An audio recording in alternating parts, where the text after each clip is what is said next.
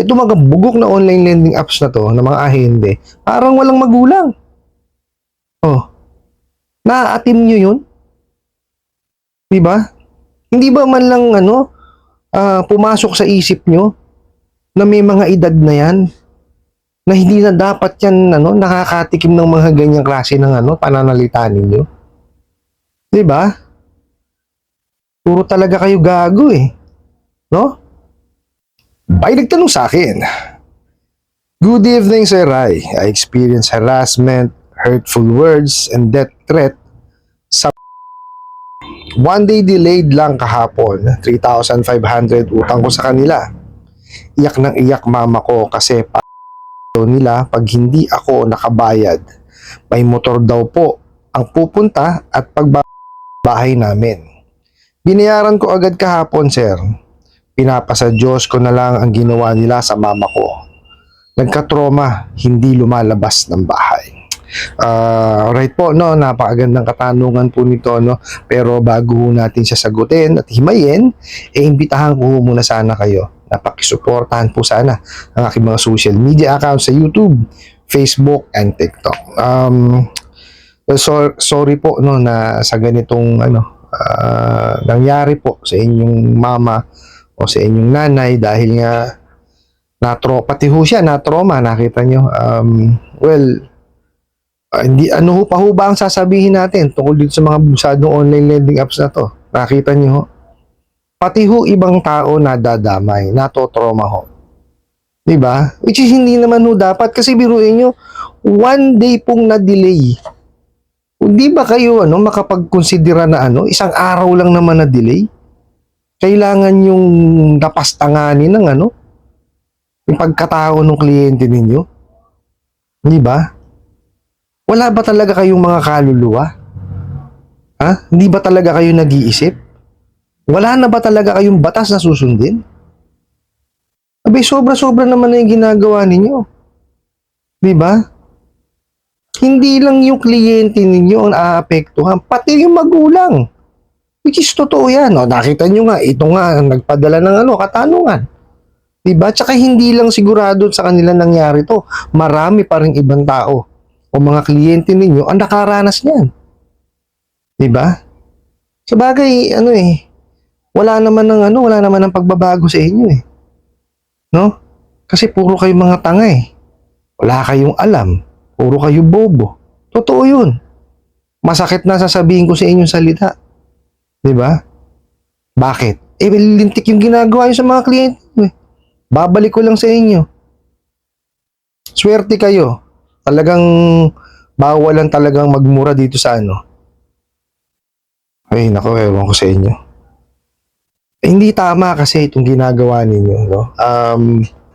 Walang kumbaga hindi makatarungan, kumbaga hindi nararapat na maramdaman ng isang magulang yung ganyang klase ng harassment. 'Di ba? Hindi dapat sila natotrauma eh. At wala ka bang magulang? Kayong mga abusadong online lending apps na ahente, wala ba kayong magulang? Hindi nyo ba naisip yan? May edad na yan. I-stressin nyo pa. 'Di ba? Sasabihin nyo may magpupuntang nakamotor, 'di ba?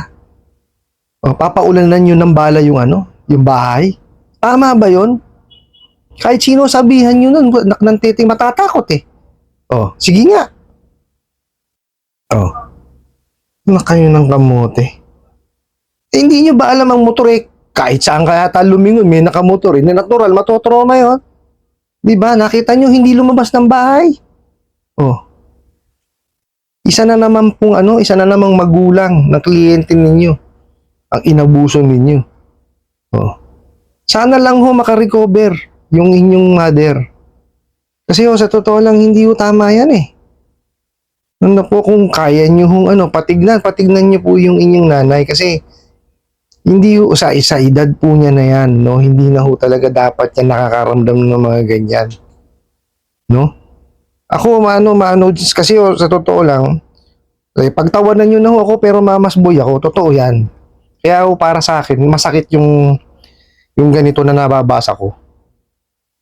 No? Kasi ang magulang, ano yan eh, magiging katuwang yan habang sila nabubuhay. No? Lahat ng pagdurusa gagawin yan. Ito mga bugok na online lending apps na to, na mga ahente, parang walang magulang. Oh, naaatim nyo yun? Diba? Hindi ba man lang pumasok sa isip nyo na may mga edad na yan na hindi na dapat yan nakakatikim ng mga ganyang klase ng pananalita ninyo? Diba? Puro talaga kayo gago eh. No? Wala kayong pagkatino. Anong towa kayo? Alam nyo naman may prohibition na unfair debt collection practices. Inilista na doon kung ano yung mga bawal. Anak yun ng kamote. Kung alin yung bawal, yun ang ginagawa nyo. Oh. Mario Joseph, sinasabi ko sa inyo, pagka naubos yung mga abusadong online lending apps at nawalan kayo ng trabaho, sus Mario Joseph, pagka kayo naghanap ng trabaho at natapat kayo sa pinagtatrabaho kumpanya, sabi ko sa inyo, magugulat na lang kayo, bato ka abutin nyo. Totoo yan. Hindi ako natutuwa sa pinagagagawa ninyo. Hindi ako natutuwa. Ibrahim mo, pati kami damay. Yung mga matitinong naniningil. Di ba? Kasi ang impression, ganun din ang ginagawa namin.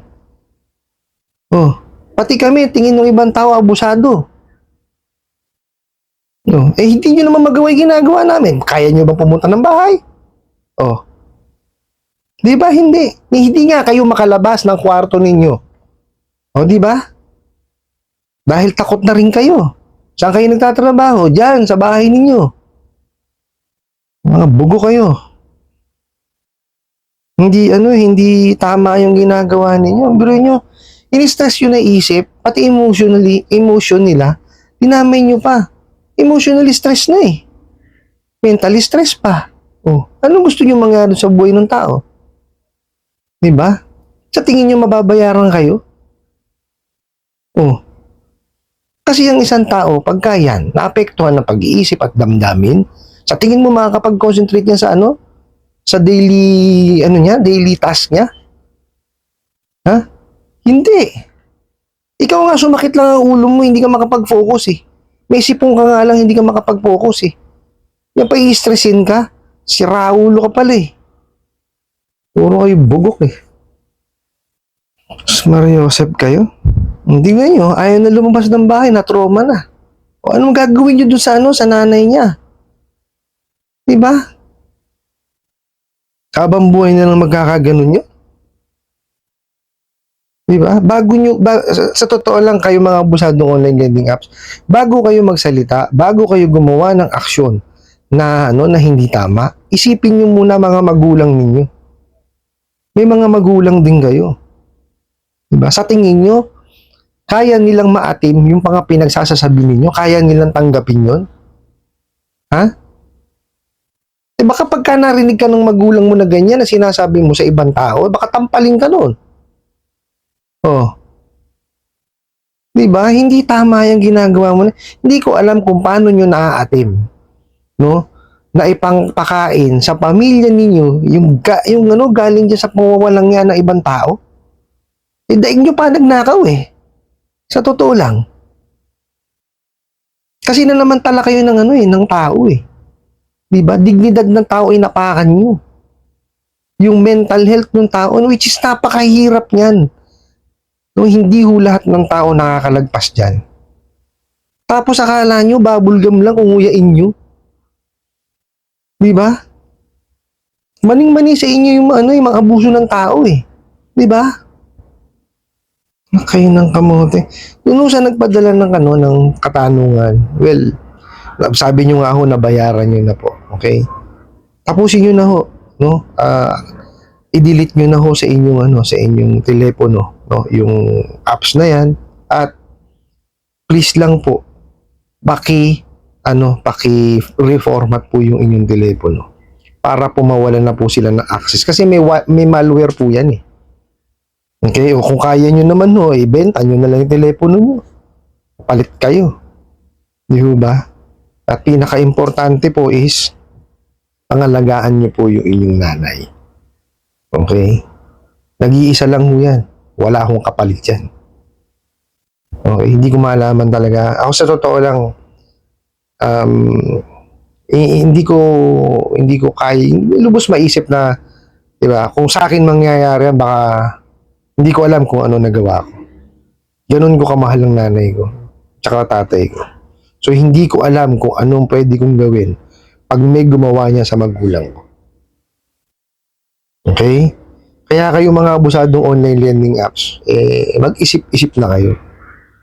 Okay? Hindi ito ang karera na para sa inyo. No? Hindi naman po pwede na lagi nyo nalang susundin yung mga amo nyo. Kung alam nyo naman na mali. Di ba? Kakatwiran nyo kasi mahirap maghanap ng trabaho. Mas gugustuhin ko maghanap ng ibang trabaho, mahirapan ako, kaysa mga abuso ko ng ibang tao. Di ba? Hindi tama yan. Sabi nga sa inyo, dinaig nyo pa ang magnanakaw sa ginagawa ninyo. Dahil buhay ng tao, ha? Yung kanyang pag-iisip at damdamin na sinisira ninyo. Tama ba yun? Kaya nga pinagbabawal di ba? Nasa batas, pinagbabawal. So, ibig sabihin, hindi tama. Parang pag nanakaw rin yan, pinagbabawal, di ba? Kasi, hindi tama. Di parehas lang kayo, mas masahol pa kayo. Meron kayong may choice kayo. Di ba? May choice kayo na umalis dyan sa pinagtatrabahuan ninyo. Na kayo ng teteng? O pwede nga kayo mismo ang magnguso dyan sa mga amo ninyo at magsumbong sa mga otoridad Ba't hindi nyo gawin? Kaya busit na busit ako sa inyo Kayo ng teteng?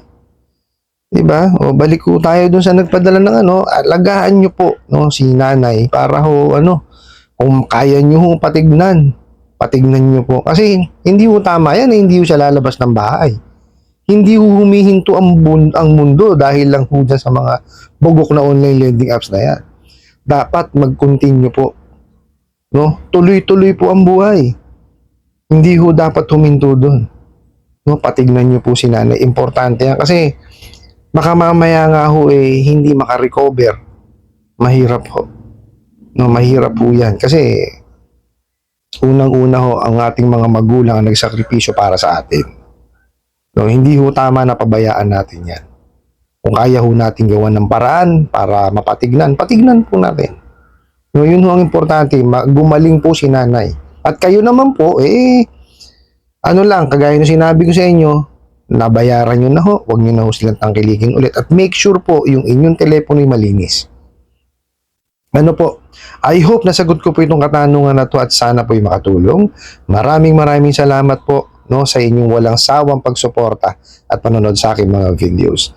Maraming salamat po sa inyong pag-like, pag-share, pag-comment at pagtatanong. And kunin ko na rin po itong opportunity na to na imbitahan po sana kayo na pakisuportahan po sana ang aking mga social media accounts sa YouTube, Facebook, and TikTok. Hanggang sa muli po. Yun lang.